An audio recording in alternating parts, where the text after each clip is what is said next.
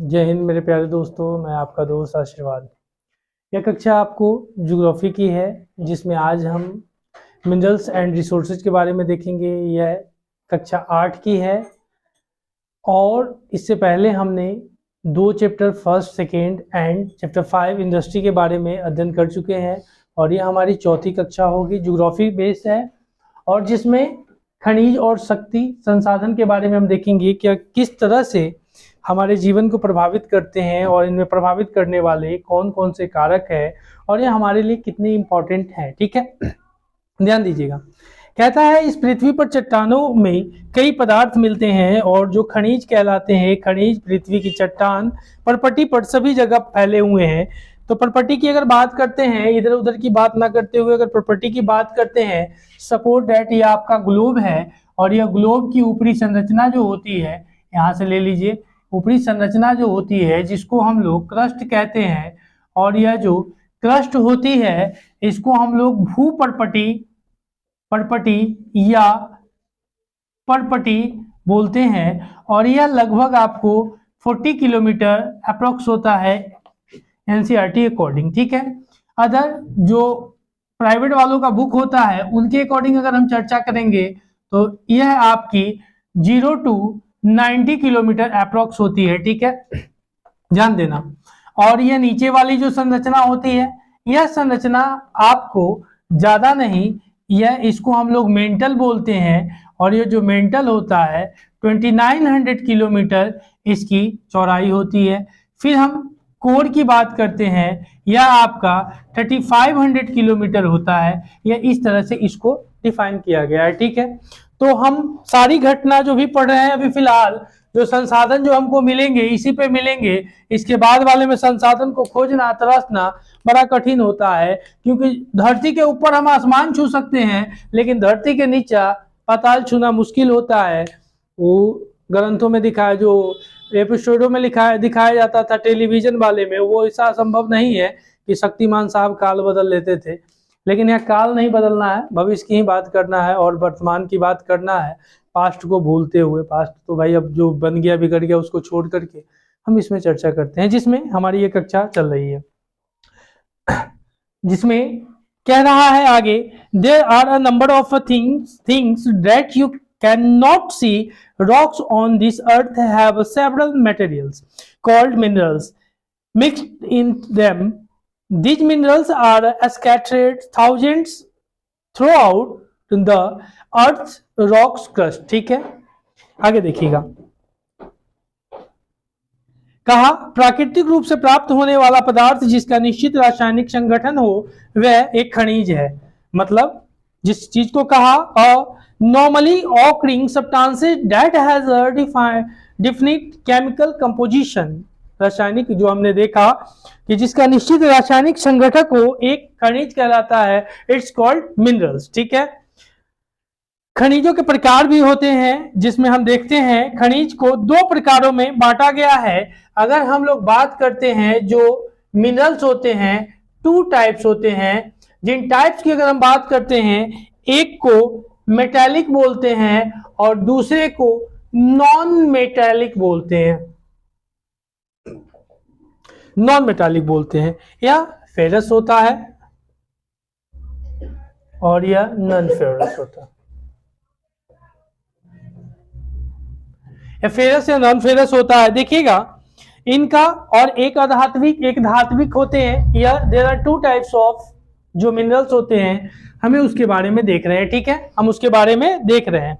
चलिए, अब classification of minerals को हमने देखा, अब देखते हैं धात्विक क्या होता है। उससे पहले देखिएगा, और यह लगभग पृथ्वी पर 3000 से भी अधिक पाई जा चुकी है और यह 3000 से 3000 इस आसपास या 3000 के आसपास पाई जा चुकी है। और जिसमें संरचना के आधार पर इसको धात्विक और जो इसकी बनावट है उसके आधार पर हम इसको मेटेलिक और नॉन मेटेलिक में डिफाइन करते हैं। ठीक है, और यह 3000 से अधिक पूरे पृथ्वी पर पाई जा चुकी है। ठीक है, पृथ्वी कहने का मतलब क्रस्ट पे। अब नीचे देखिएगा ना, था अंतिम छोर जो है 4 किलोमीटर तक नीचे लोग गया है, जो दक्षिण अफ्रीका है, वहां 4 किलोमीटर तक डीप जो खुदाई हुई है। ठीक है, आगे देखिएगा, कहता है धात्विक खनिजों में धातु कच्चे रूप में होती है और धातुएं कठोर पदार्थ है जो ऊष्मा और विद्युत को सुचालित करती है। जो मेटेलिक होती है या हार्ड होती है और यह ऊष्मा और एनर्जी की बात करते हैं, यह ऊष्मा और विद्युत को हीट एंड एनर्जी को निकालने का काम करती है, उत्सर्जित करती है। और जिनमें द्युति या चमक की विशेषता होती है, लौह अयस्क, इसमें एक तो आप देखते हैं कि लश्यर होती है, इसमें आपको चमक भी दिखाई देती है, फेरियस होती है, सारी इसकी धातु के गुण होती है। इसमें अगर बात करते हैं तो इसमें चमक नहीं होती है। फॉर एग्जांपल अगर हम वुड लेते हैं, क्या वुड में चमक होती है? नहीं होती है। वुड में चमक होती है? कुछ नहीं होती है। अब शीशों का सारिल मत ले लीजिएगा, लेकिन ऐसे वुड में चमक नहीं होती है जनरली तौर पे अगर देखा जाए। आगे बढ़ते हैं, फिर क्या कहता है, उसी तरह से जिसमें कहा कि सुचालक, और यह गुड कंडक्टर होती है, यह गुड कंडक्टर भी होती है। मेटल जो होती है गुड कंडक्टर ऑफ इलेक्ट्रिसिटी,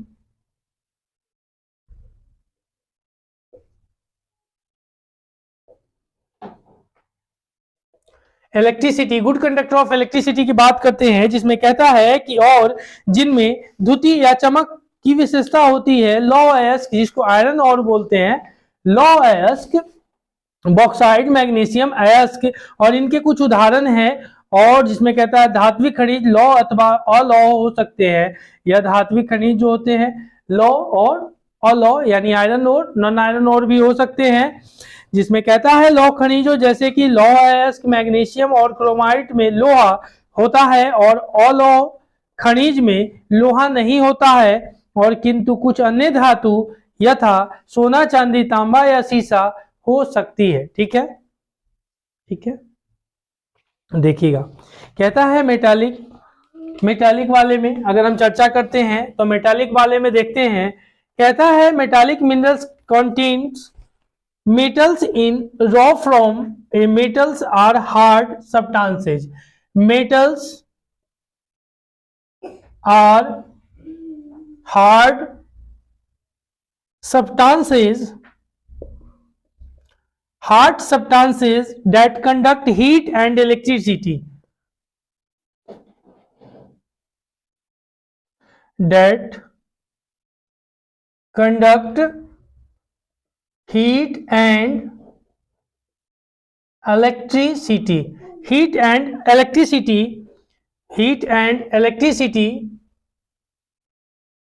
ठीक है, फिर देखिएगा, and have a characteristics luster and shiny. या लश्यर और शाइनी जो हमने अभी कहा है, लश्यर एंड शाइन इसमें होते हैं। आयरन और बॉक्साइड, मैग्नीशियम और are some examples. Metallic minerals may be ferrous or non-ferrous minerals like iron ore. Magnesium and chromites contain iron. Non-ferrous minerals does not contain iron but may contain some other metals such as good silver, copper or lead. ठीक है, आगे अधात्विक क्या होते हैं? खनिज में धातुएं नहीं होती हैं और चूना, पत्थर, अब्रक और जिप्सम इन खनिजों के उदाहरण हैं। और खनिज ईंधन जैसे कोयला और पेट्रोलियम भी अधात्विक खनिज है, और यह सारे आपको प्राकृतिक से मिलते हैं। लेकिन यह क्या है? नॉन मेटेलिक है। मतलब आप इनमें इलेक्ट्रिसिटी पार करवाइएगा? नहीं होगा ना। जब मान के चलिए पेट्रोलियम जब जलाइएगा तो पेट्रोलियम क्या होगा? जल करके वह उत्सर्जित हो जाएगा। ठीक है, उसी तरह से हम पेट्रोलियम के बाद अगर बात करते हैं, कोल में क्या इलेक्ट्रिसिटी पास होगा? इसीलिए क्या है, अगर मान के चलिए ऊष्मा और हीट उसमें होती है, ऊष्मा और हीट अगर हम बात करते हैं, हीट एंड इलेक्ट्रिसिटी की अगर बात करते हैं, विद्युत, ऊष्मा और विद्युत अगर होती है, तब वहां पे हम कह सकते हैं कि यह मेटेलिक है। ठीक है, वह जिसमें चमक भी होगी, साइन भी होगी, लश्यर भी होगी, डक्टाइल वगैरह भी हमने पढ़ा था कि उसके प्रॉपर्टी क्लास 7th में डक्टाइल वगैरह भी देखा था कि डक्टाइल वगैरह होती है, लश्यर होती है, सोनोरस होती है, सारी उसकी प्रॉपर्टी हमने पढ़ा था, याद है? वही चीज होती है। ठीक है, खनिज में खनन, प्रवेधन या आखनन द्वारा निष्कर्षित किया जा सकता है। देखिएगा, खनिजों का निष्कर्षण होता है, जो खनिज होती है एक्सट्रैक्शंस ऑफ मिनरल्स में, यह माइनिंग होती है, प्रवेदन होता है, और इसमें क्वायरिंग होती है। यह जब खनिज माइनिंग, क्या, जब कोल खनन हम करते हैं, जब कोल पहाड़ों में से निकालते हैं माइनिंग के तौर पर, प्रवेदन ड्रिलिंग करके, उसके बाद फिर हम क्या करते हैं, क्वायरिंग होता है। और ये जो माइनिंग होती है इसमें आप ओपन कास्ट माइनिंग होती है और शाफ्ट माइनिंग होती है, दो तरह की माइनिंग होती है, ठीक है। माइनिंग में जो हम कोल वगैरह जो खनन करते हैं ना पहाड़ में, तो उसमें भी दो तरह की होती है, एक शाफ्ट माइनिंग और दूसरा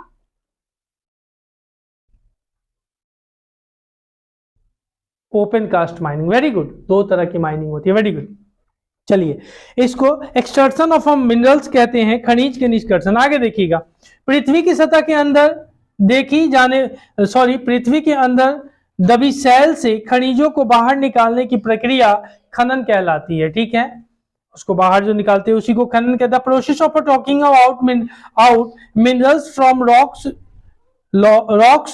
buried under the earth's surface is called mining, ठीक है। आगे देखिएगा, खनिज जो कम गहराई में स्थित है वे विकृत खनन कहलाते हैं। Minerals that lie a slow depth, यानी कम shallow depth, is known as open cast mining जो होता है। गहन वेधन क्या होता है, deep browns and called the earth, यानी पृथ्वी के आंतरिक ज्यादा भागों में जाते हैं, वहां से हम खनन करते हैं, उसको कहते हैं।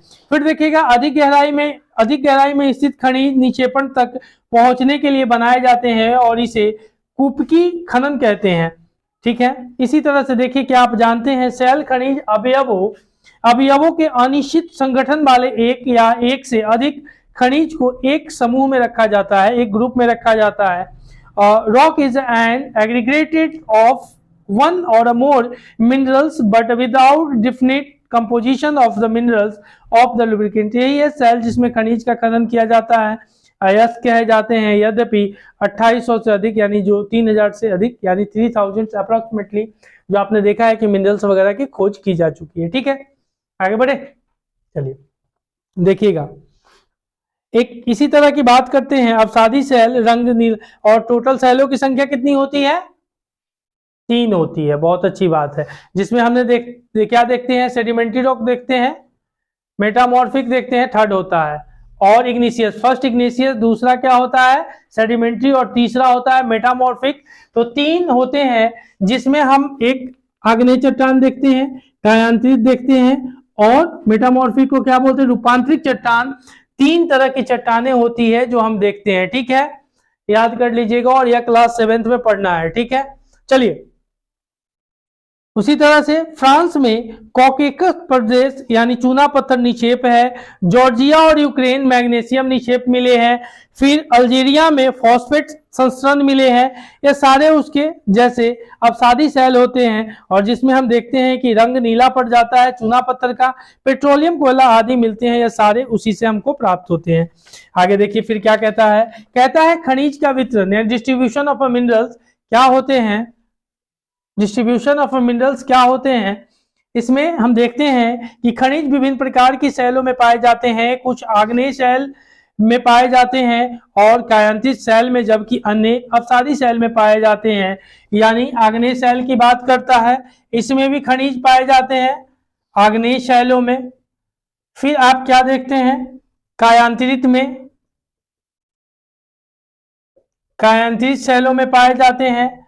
यह सारे क्या पाए जाते हैं, यह जो आपको मिनरल्स होते हैं, जो मिनरल्स होते हैं उसको पाए जाते हैं, ठीक है। मिनरल्स इसमें खोजे जाते हैं, पाए जाते हैं। चलिए, धात्विक खनिज आग्नेय और कायांतरित सेल समूह, जिसमें विशाल पठारों का निर्माण होता है। और यह आपने देखा, धात्विक खनिज आग्नेय और कायांतरित, इसमें विशाल क्या कहता है कि अवसाद, हाँ, इसमें कायांतरित सेलो समूह जिसमें विशाल पठारों का निर्माण होता है, यहाँ पठारों का भी अधिक निर्माण होता है, में पाए जाते हैं। उत्तरी स्वीडन में लौह अयस्क, जो स्वीडन है, स्वीडन आप देखते हैं वहां पे, स्वीडन यह यूरोप का एक देश है जो जिसकी राजधानी आपको स्वीडन है, और इसकी जो अगल बगल की जो सीमा लगाती है, नॉर्वे है, फिनलैंड वगैरह से सटी है, ये सारी इसकी सीमा लगाती है, और इसमें आप देखते हैं डेनमार्क के आसपास भी इसकी कुछ सीमा टच होती है। तो यह कहने का मतलब है कि यहाँ पे जो आपने देखा है कि लोएस्ट आयरन और ओटेरियो यानी कनाडा, ओटेरियो कनाडा में तांबा मिला है। निकेल के निक्षेप मिले हैं। दक्षिण अफ्रीका में लोहा मिला है। निकेल और क्रोमाइट और प्लेटिनियम आग्नेय और कायांतित शैलों में पाए जाने वाले खनिजों के उदाहरण हैं। ये सारे आपको कुछ दक्षिण अफ्रीका में जो ज्यादातर मिले हैं, और उसके बाद में हम देखते हैं मैदानों और नवीन वलित पर्वतों के अवसादी शैल समूहों में अधात्विक खनिज जैसे कि चूना पत्थर पाए जाते हैं, जो मैदान वगैरह जो प्लेन लैंड जो होते हैं उस पे।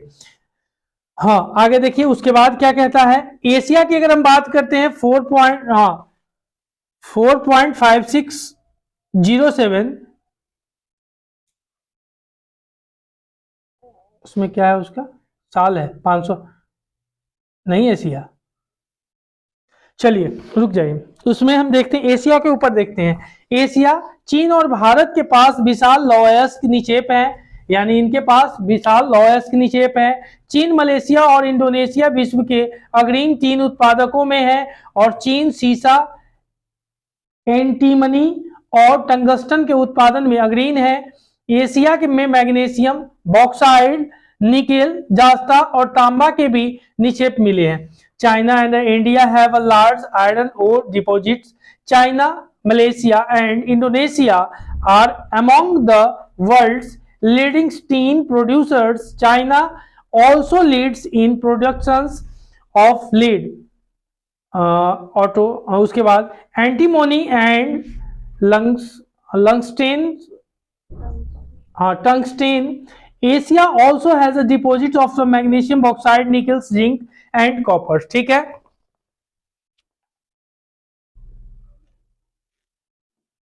उसके बाद देखिएगा यूरोप की अगर बात करते हैं, इसमें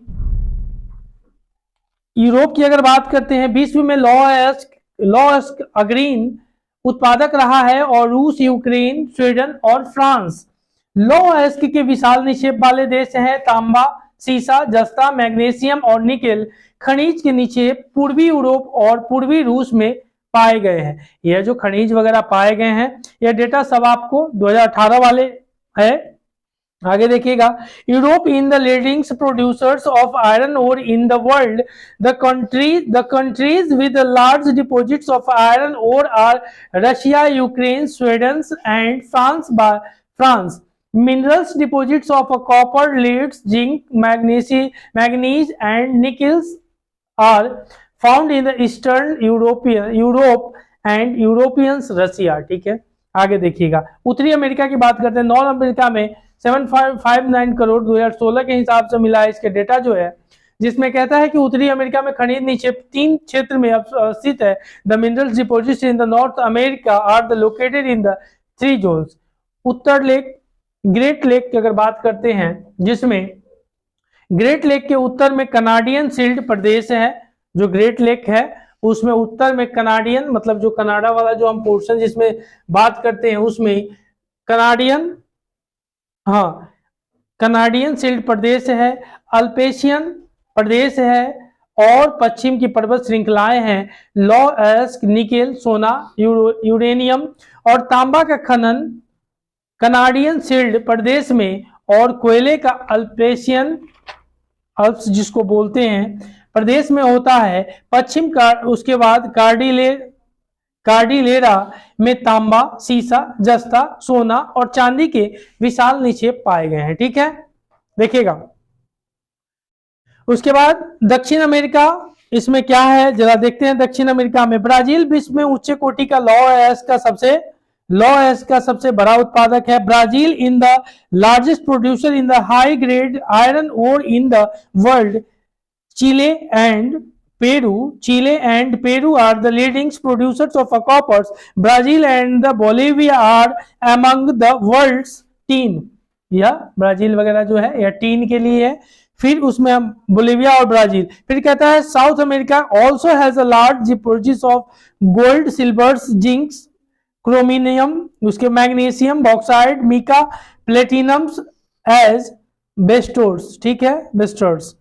and diamonds minerals while in found in the Venezuela, Argentina, Chile, Peru और कोलंबिया। ठीक है, उसी चीज को कहा था कि चिली और पेरू तांबे के अग्रणी उत्पादक है। ब्राजील और बोलेविया विश्व में टीन के सबसे बड़े उत्पादक है। उसके बाद दक्षिण अमेरिका के पास सोना, चांदी, जास्ता, क्रोमियम, मैग्नीज, बॉक्साइड और उसके बाद अब अभ्रक और प्लेटिनम, एस्बेस्टस और हीरा के विशाल निक्षेप भी हैं। और खनिज तेल वेनेजुएला, अर्जेंटीना, चिली, पेरू और कोलंबिया में पाया जाता है। यह सारे उसके उदाहरण हैं जो जगह पर जो खनिज पाए जाते हैं। आप लोग अच्छे से देख लीजिएगा। कहता ब्राजील हो गया। आगे देखिए ऑस्ट्रेलिया के बारे में अध्ययन करते हैं। उससे पहले एक हरा हीरा एक दुर्लभतम हीरा है और विश्व की प्राचीनतम शैलें पश्चिमी ऑस्ट्रेलिया में है और वे 430 करोड़ वर्ष पूर्व बने, पृथ्वी के निर्माण के मात्र 30 करोड़ वर्ष पश्चात। ठीक है, आगे देखिएगा उसी चीज को कहा ऑस्ट्रेलिया के बारे में अध्ययन करते हैं, जिसमें क्या कहता है कि ऑस्ट्रेलिया विश्व में बॉक्साइट का सबसे बड़ा उत्पादक है। ऑस्ट्रेलिया पूरे वर्ल्ड में वर्ल्ड लार्जेस्ट।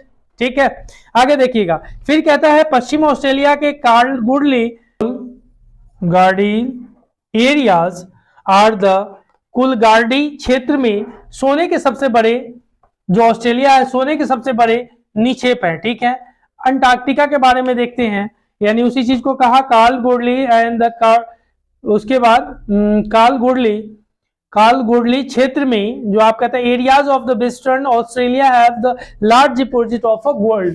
ठीक है, उसके बाद अंटार्कटिका, इसमें ट्रांस अंटार्कटिका पर्वत में कोयले और पूर्वी अंटार्कटिका में प्रिंस चार्ल्स पर्वत के निकट लोहे की महत्वपूर्ण मात्रा में निक्षेप का पुनर्निर्माण किया गया है। कहा significant size of a deposits of the coal in the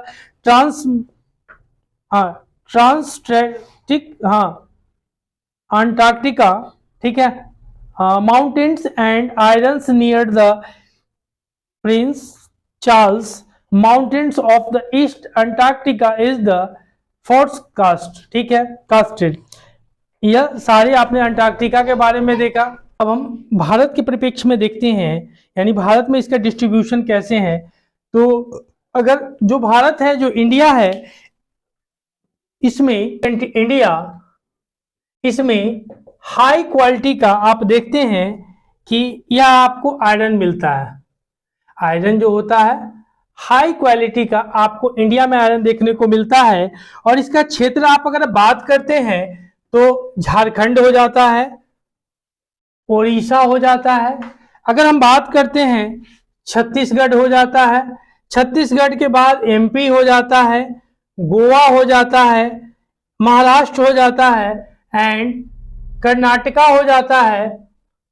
जो कर्नाटका हो जाता है यह आपको आयरन के लिए विश्व प्रसिद्ध जो अपने भारत में पाए जाने वाले एरिया है, यह क्षेत्र है। ठीक है, उसी तरह से अगर बात करते हैं, अगर बॉक्साइट की बात करते हैं, हम बॉक्साइट की बात करते हैं तो यह झारखंड में भी मिल जाता है, उड़ीसा में मिल जाता है। उड़ीसा के बाद अगर हम बात करते हैं छत्तीसगढ़ में भी मिल जाता है। अगर हम बात करते हैं MP, Gujarat, MH, Maharashtra and Tamil Nadu, यह सारे क्षेत्र में हमको बॉक्साइट देखने को मिलता है। यह जो मिनरल्स है वह पाए जाने वाले क्षेत्र है। ठीक है, आगे बढ़ते हैं, जिसमें कहता है अभ्रक की बात करते हैं। जरा अभ्रक की बात करते हैं, जिसको मीका बोलते हैं, मीका बोलते हैं। ठीक है, मीका बोलते हैं। यह जो अभ्रक है यह आपको झारखंड में मिल जाता है, अपना बिहार है उसमें भी मिलता है, आंध्र प्रदेश में मिलता है एंड राजस्थान में मिलता है। यह उसके क्षेत्र है। और यह भारत विश्व में अभ्रक का सबसे बड़ा उत्पादक और निर्यातक है। देखिएगा यह प्रोडक्शन और जो हम यहाँ पे प्रोडक्शन करते हैं, यह भारत प्रोडक्शन में यानी उत्पादन में विश्व का सबसे बड़ा है। इनकी जो प्रोडक्शन है, हाँ ठीक है, और एक्सपोर्ट में भी इंडिया में सबसे ज्यादा किया जाता है। ठीक है, मीका का। आगे देखिएगा तांबा की भी बात कर लीजिए। तांबा की बात करते हैं, यह मुख्यतः राजस्थान में, उसके बाद एमपी में, झारखंड में, राजस्थान पहले जिसमें लिखा है उसमें ज्यादा पाया जाता है, उसके बाद झारखंड में, उसके बाद कर्नाटका में, फिर बात करते हैं एपी आंध्र प्रदेश में इसका प्रोडक्शन किया जाता है, उत्पादन किया जाता है। ठीक है, आगे देखिएगा। अब मैग्नीज की बात करते हैं। अगर मैग्नीज की बात करते हैं, अगर इन इंडिया महाराष्ट्र, एमपी, फिर उसके बाद छत्तीसगढ़, उड़ीसा, कर्नाटका एंड आंध्र प्रदेश, ये सारे मैग्नीज के क्षेत्र हैं। ठीक है, आगे देखिएगा। सोना भारत में कर्नाटक में अगर गोल्ड की बात करते हैं, या कर्नाटक में कोलारा में पाया जाता है, और विश्व की गहरी खानों में से एक है। यह डेप्थ जो होता है विश्व में गहरी खानों में एक है। और चलिए, कहता है चूना पत्थर, जिसको लाइमस्टोन कहते हैं। अगर चूना पत्थर की भी बात करते हैं तो भारत में बिहार है, फिर झारखंड है, और फिर उड़ीसा है, फिर एमपी है, छत्तीसगढ़ है, और राजस्थान है, और गुजरात है, एंड तमिलनाडु है। इन सभी जगहों पे पाया जाता है। ठीक है, यह आपके क्षेत्र जो पाए जाते हैं। नमक का भी देख लेते हैं। नमक यह समुद्र, झील और सैल से प्राप्त किया जाता है। उसके बाद भारत नमक का अग्रणी उत्पादन और निर्यातक भी है, यह प्रोडक्शन भी करता है। और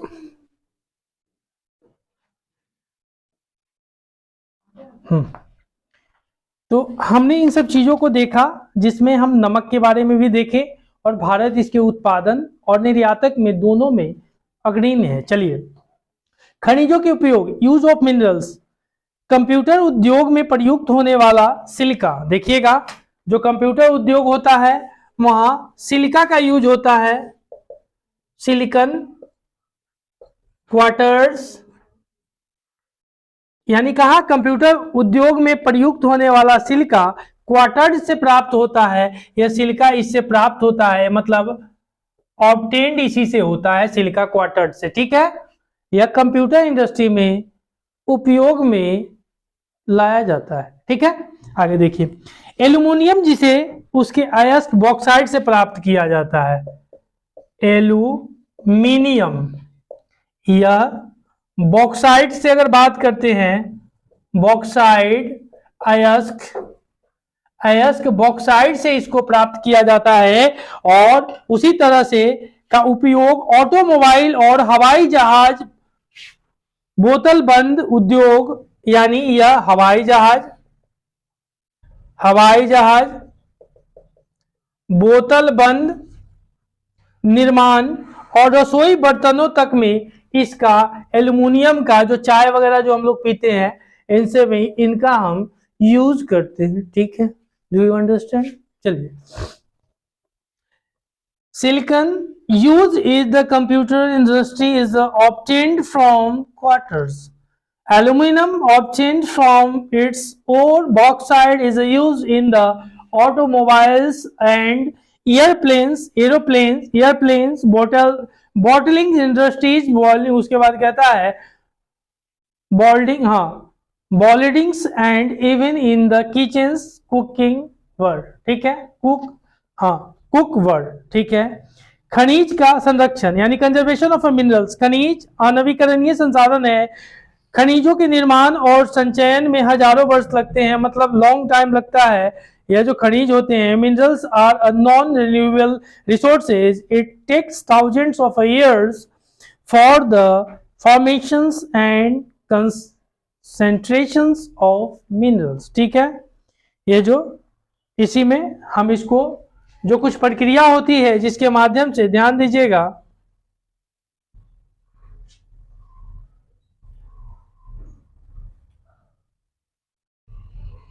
ठीक है, यह रीयूज की बात करता है कि फिर हम इसको कर सकते हैं। यह सारे मिनरल से बने होते हैं, पता है, जो मिनरल्स के बने होते हैं।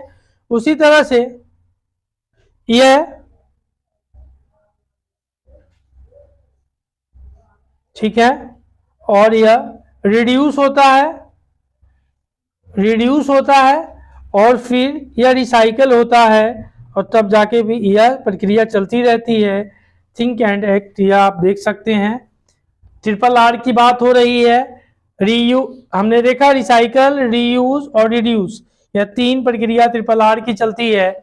चलिए, ऊर्जा संसाधन के विस्तृत रूप में पारंपरिक और गैर पारंपरिक संसाधनों में वर्गीकृत किया जा सकता है। पावर रिसोर्सेज में कहा, पावर रिसोर्सेज में be broadly categorised as a conventional and non conventional resources. ठीक है, दो टाइप्स में, एक कन्वेंशनल और एक नॉन कन्वेंशनल। ठीक है, हाँ, एक ट्रेडिशन चलता है और एक गैर ट्रेडिशन चलता है, उसके बारे में बात करी, जिसमें कहता है पारंपरिक स्रोत में, कन्वेंशनल में सोर्सेज में ऊर्जा के पारंपरिक स्रोत वे हैं जो लंबे समय से सामान्य उपयोग में लाए जाते हैं, और ईंधन और जीवाश्मीय ईंधन परंपरागत ऊर्जा के दो स्रोत है। ठीक है, ईंधन और गैस, जिसमें कहा conventional sources of energy are the उसके those which have been in a common use for a long time.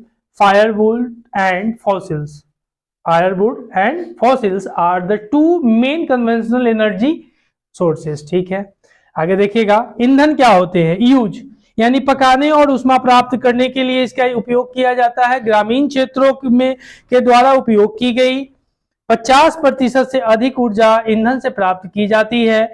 फिर ताप और दाब में प्रभाव से जीवाश्मीय ईंधनों में परिवर्तन हो गए, और जीवाश्मीय ईंधन जैसे कि कोयला, पेट्रोलियम और प्राकृतिक गैस परंपरागत ऊर्जा के मुख्य स्रोत है।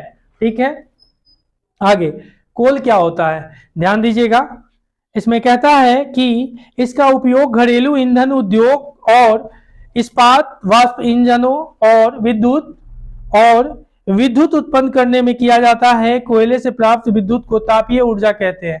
ठीक है, ध्यान दीजिएगा।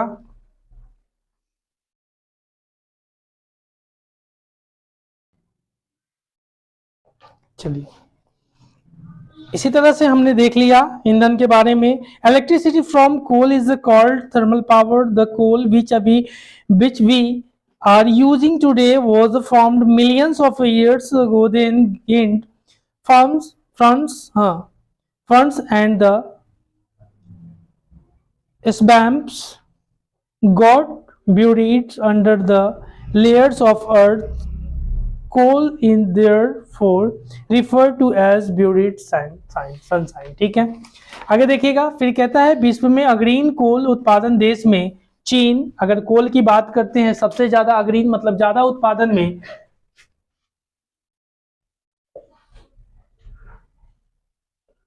कोल प्रोडक्शन में, ठीक है, इसमें चीना। फिर हम बात करते हैं यूएसए, उसके बाद हम बात करते हैं जर्मन, फिर रशिया, फिर साउथ अफ्रीका और फ्रांस। यह सारे अग्रणी देश हैं कोयला के लिए।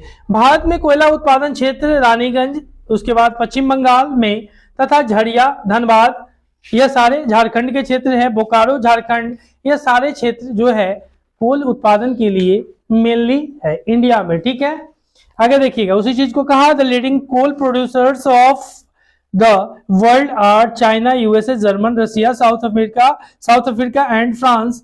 यह मेनली आपको कोल प्रोडक्शन के लिए जाने जाते हैं, अच्छी यहाँ क्वालिटी। ठीक है, और उसके बाद पेट्रोलियम अगर बात करते हैं, लैटिन शब्द है, और पेट्रा अर्थ, जैसे पेट्रा अर्थ सेल, ओलियम अर्थ तेल से लिया गया है, और इसलिए पेट्रोलियम का अर्थ सेल तेल है।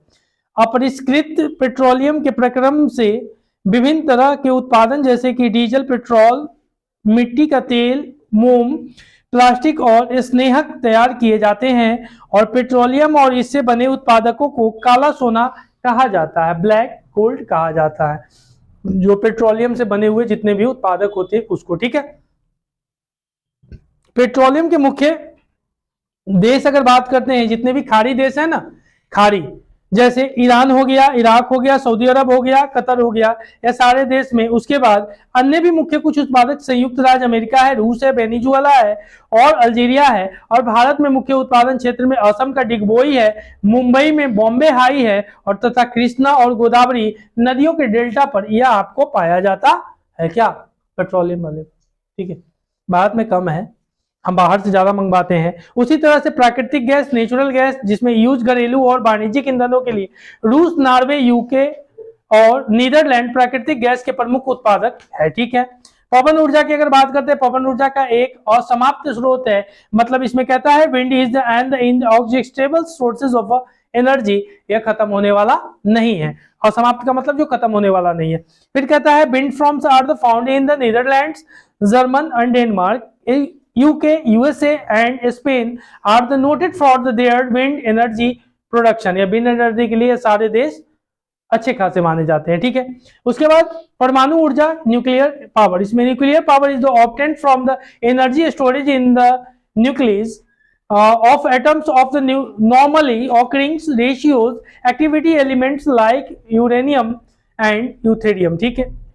उसके बाद थोरियम, जिसमें कहा कि परमाणु ऊर्जा प्राकृतिक तौर से प्राप्त रेडियो सक्रिय पदार्थ जैसे कि यूरेनियम और थोरियम के परमाणुओं के केंद्रक में संग्रहित ऊर्जा से प्राप्त किए जाते हैं। आगे अगर बात करते हैं, कहते हैं कि भारत में स्थित परमाणु ऊर्जा के केंद्र तमिलनाडु में कल्पक्कम, तमिलनाडु का एक जगह है कल्पक्कम, महाराष्ट्र में तारापुर, राजस्थान में कोटा के निकट राणा प्रताप सागर और उत्तर प्रदेश में नरोरा और कर्नाटक में कंगा, यह सारे जगह है जो हम जानते हैं कि परमाणु ऊर्जा से हम यहां से प्राप्त करते हैं, ठीक है। उसी तरह से यूरेनियम और थोरियम परमाणु ऊर्जा के सबसे बड़े उत्पादक है, ठीक है। वर्ल्ड में यूएसए और यूरोप इनके सबसे हैं। भारत में हमने देख लिया राजस्थान और झारखंड, यह इसके पास यूरेनियम के विशाल भंडार है। और उसी तरह से थोरियम कहते हैं केरल में मोनोजाइट बालू में थोरियम प्राप्त किया जाता है, ठीक है। आगे देखिए, फिर कहता है भारत में जैसलमेर, कृष्णा, गोदावरी डेल्टा, त्रिपुरा और मुंबई के कुछ अपतटीय क्षेत्र में प्राकृतिक गैस संसाधन पाए जाते हैं, ठीक है, ठीक है। आगे देखिएगा, जल विद्युत क्या होता है? हाइड्रो पावर में the leading producers of the hydel powers in the world are Paraguay, Norway, Brazil and China. Some important hydel power stations in India are the Bhakra Nangal, उसके बाद गंगा सागर, उसके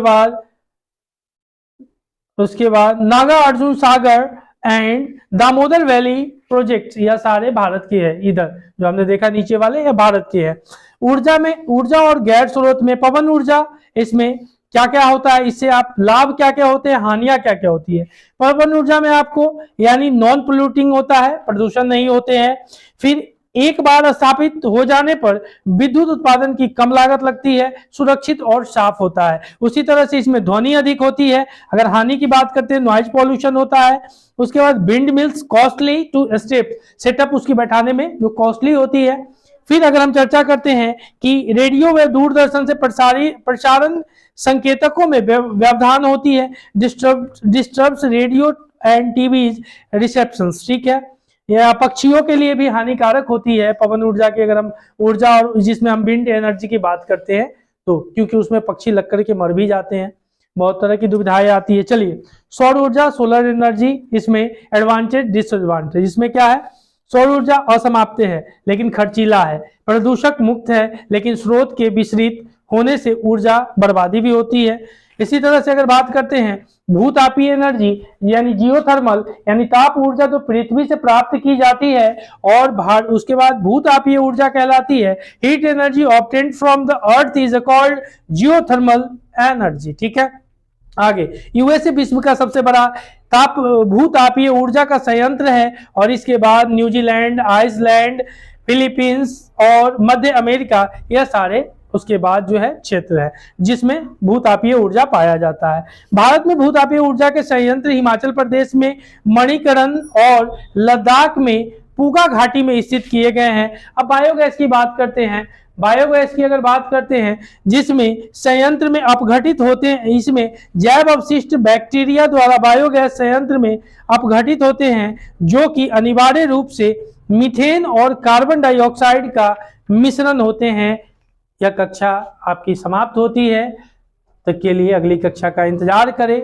जय हिंद, जय भारत।